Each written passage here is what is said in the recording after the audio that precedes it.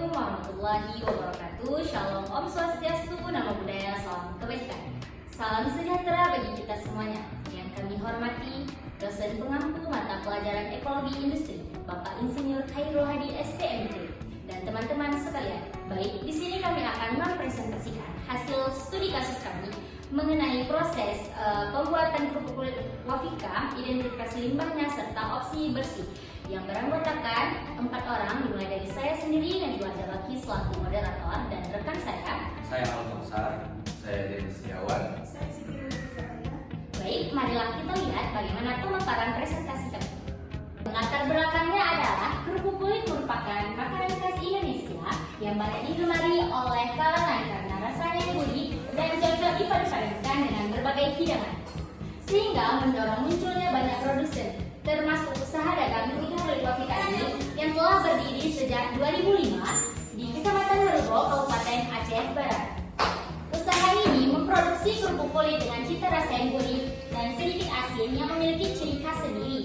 Namun dalam proses produksinya, kerupuk ini menghasilkan limbah padat dan limbah cair. Limbah padat sebagian dimanfaatkan untuk pakan ternak, sementara limbah cair dari perebusan masih bisa didaur ulangkan untuk kebersihan lingkungan. Selanjutnya ada rumusan masalah dan tujuan. Rumusan masalah yang pertama itu bagaimana proses produksi kerupuk kulit wafika yang dilakukan oleh UD Kerupuk Kulit Wafika di Kabupaten Aceh Barat. Yang kedua, apa saja jenis limbah dan dihasilkan dari proses produksi kerupuk kulit. Nah, tujuan daripada penelitian kami yang pertama menjelaskan bagaimana tahapan-tahapan proses produksi kerupuk kulit UD Wafika. Nah, yang kedua, mengidentifikasi apa saja jenis-jenis limbah dan opsi bersihnya. Selanjutnya ada metodologi penelitian. Di sini metodologi penelitian kami yang pertama, metode pengumpulan data. Kami menggunakan metode observasi, yang mana metode studi terjun lapangan langsung untuk mengamati proses pengamatan untuk mendapatkan data yang lebih relevan. Yang kedua ada wawancara, yang mana kami mewawancara para pekerja di perusahaan untuk mendapatkan data yang lebih akurat dan aktual. Dan selanjutnya ada studi literatur, yang mana kami mengumpulkan data-data pendukung dari jurnal dan artikel sebelumnya. Dan kemudian ada dokumentasi untuk mengamati proses-proses produksi dan yang kedua di sini ada objek studi kasus. Objek studi kasus kami ada di Jalan Datuk Janggut, Gampung Ujung Tanjung, Kecamatan Merubo, Kabupaten Aceh Barat. Yang ketiga, teknik analisis data kami itu ada reduksi data, penyajian data, dan penarikan kesimpulan. Reduksi data itu ialah data-data yang telah kami kumpulkan di lapangan, kemudian kami pilih-pilih untuk memfokuskan kepada data-data yang lebih relevan, seperti tadi pada prosesnya, kemudian identifikasi limbah, dan kemudian opsi bersihnya. Dan kemudian penyajian data yang telah kita pilih-pilih secara relevan tadi. Yang kedua itu kita sajikan untuk lebih mudah dipahami dalam bentuk narasi maupun tabel. Ini itu ada teknik penarikan kesimpulan untuk menjawab rumusan masalah dan tujuan dari latar belakang tadi. Nah, selanjutnya marilah sama-sama kita mendengarkan dan memaparkan proses produksi kerupuk kulit wafika serta identifikasi limbah dan opsi produk bersihnya yang akan disampaikan oleh rekan-rekan saya. Nah, tahapan pertama yaitu ada tahapan perebusan. Sebelumnya kulit sapi yang telah dikuliti kemudian dibersihkan, kemudian direbus. Nah, tujuan direbus itu untuk menghilangkan menggunakan tekstur kulit sapi atau kerbau dan kemudian menghilangkan kotoran yang masih ada pada kulit itu dan juga untuk menghilangkan sisa-sisa lemak. Nah, biasanya itu proses perebusannya itu paling lama 3 jam dengan api yang sedang, tidak terlalu kecil dan juga tidak terlalu besar.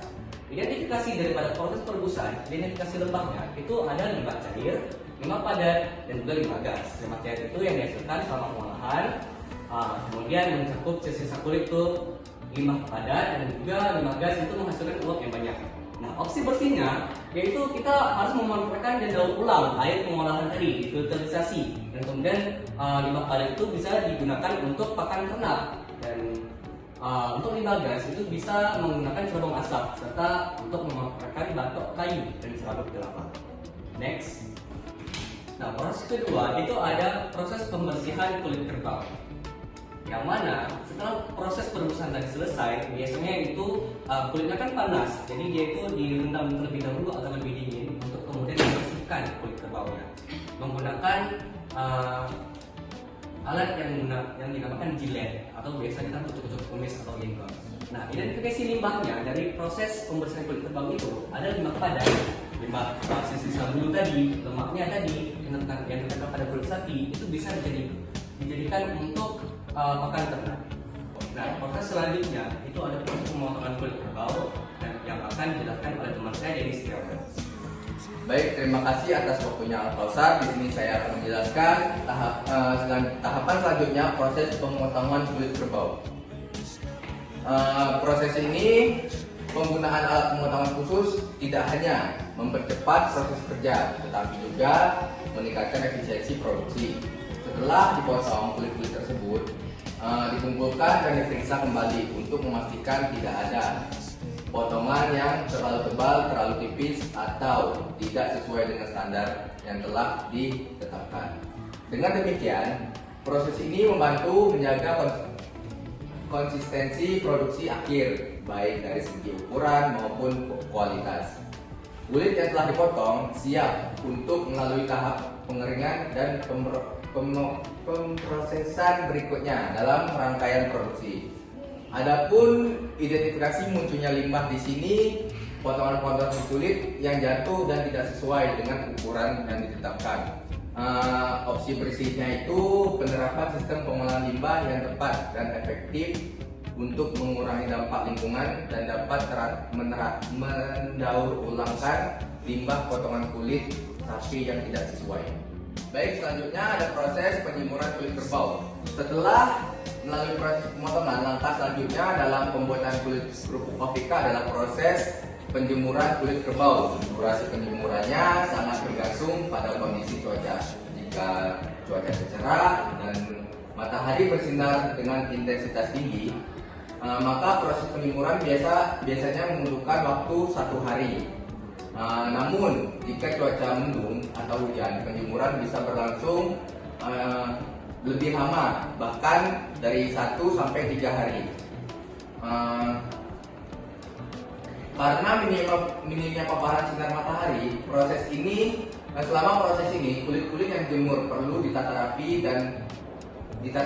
di atas rak atau para-para, memastikan semua potongan terkena sinar matahari secara merata. Identifikasi munculnya limbah di sini, limbah padat itu potongan-potongan kecil kulit yang tidak terpakai, debu kulit dan kotoran yang menempel, limbah potensial atau jika dapat digunakan. Opsi bersihnya di sini adalah pengendalian debu, melakukan penyiraman pada daerah penjemuran dan dapat melakukan atau mengecek kembali kulit yang tidak dapat dipakai dan dapat memanfaatkan potongan kulit yang tidak dapat digunakan lagi. Akan dijelaskan oleh teman saya Lisa. Selanjutnya proses penggorengan. Tahapan selanjutnya yaitu penggorengan. Sebelumnya kulit yang sudah kering direndam di dalam minyak yang hangat terlebih dahulu selama 5 jam hingga kulit sedikit mengembang, sehingga kerupuk kulit terasa gurih dan lezat. Kemudian digoreng menggunakan api sedang hingga berubah warna menjadi kecoklatan.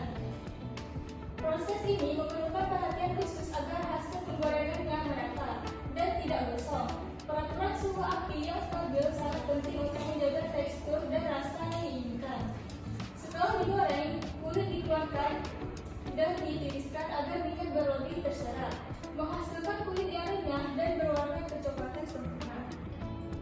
Adapun identifikasi munculnya limbah. Limbah dari proses penggorengan kerupuk kulit, terutama minyak bekas, mengandung zat organik yang dapat mencemari air dan menyebabkan masalah lingkungan. Opsi produksi bersih. Opsi bersihnya melibatkan pengolahan limbah cair seperti dengan fitoremediasi dan pengolahan minyak bekas penggorengan untuk mengurangi dampaknya terhadap lingkungan. Selanjutnya proses pengemasan. Setelah proses penggorengan selesai, tahap selanjutnya adalah pengemasan atau packing kerupuk kulit. Kerupuk kulit yang sudah ditiriskan dan didinginkan dikemas ke dalam kantong plastik atau wadah kedap suara untuk menjaga kerenyahan dan kualitasnya. Pengemasan dilakukan dengan hati-hati untuk menghindari kerusakan atau remuk selama penyimpanan dan didistribusi. Setiap kemasan diberi label yang mencantumkan tanggal produk dan informasi penting lainnya. Dengan kemasan yang rapat, kerupuk kulit dapat bertahan lebih lama dan tetap enak saat dikonsumsi. Adapun identifikasi munculnya limbah. dapat mengandung zat organik tinggi yang dapat menyebabkan polusi air dan mengganggu ekosistem. Dan opsi produksi bersih. Opsi bersih dari pengemasan kerupuk kulit meliputi pengelolaan limbah cair, pemanfaatan limbah organik, dan penggunaan kemasan yang lebih ramah lingkungan. Selanjutnya, kerupuk siap diedarkan. Kerupuk siap diedarkan. Kerupuk yang telah selesai dikemas lalu dimasukkan ke dalam pan. Satu pan kerupuk kulit berisi 24 bungkus dengan harga 1 per 20.000 dan siap diedarkan. Laba dalam sebulan. Jumlah pan yang bisa diedarkan per hari sama dengan 50 pan. Harga jual 1 pan sama dengan 50.000. Biaya produksi per pan sama dengan Rp15.000. Laba per pan. Harga jual dikurang biaya produksi sama dengan 20 15 sama dengan 5.000. Laba per hari jumlah pan dikali laba per pan sama dengan 50 dikali 5.000 sama dengan Rp250.000.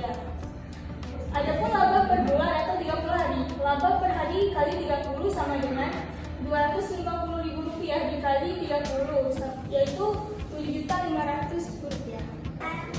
Setelah kita mendengarkan pemaparan daripada proses hingga identifikasi limbah serta opsi bersihnya, kesimpulan yang dapat kita ambil daripada presentasi kali ini ialah melalui dari beberapa tahapan proses produksi kulit wafika ini harus dilakukan dengan teliti untuk menghasilkan produk yang mempunyai kualitas tinggi, mulai dari pembersihan kulit, penggorengan, penjemuran, hingga pemasaran, yang dimana ini dilakukan secara tradisional untuk menjaga kualitas dan cita rasa serta proses pembuatannya.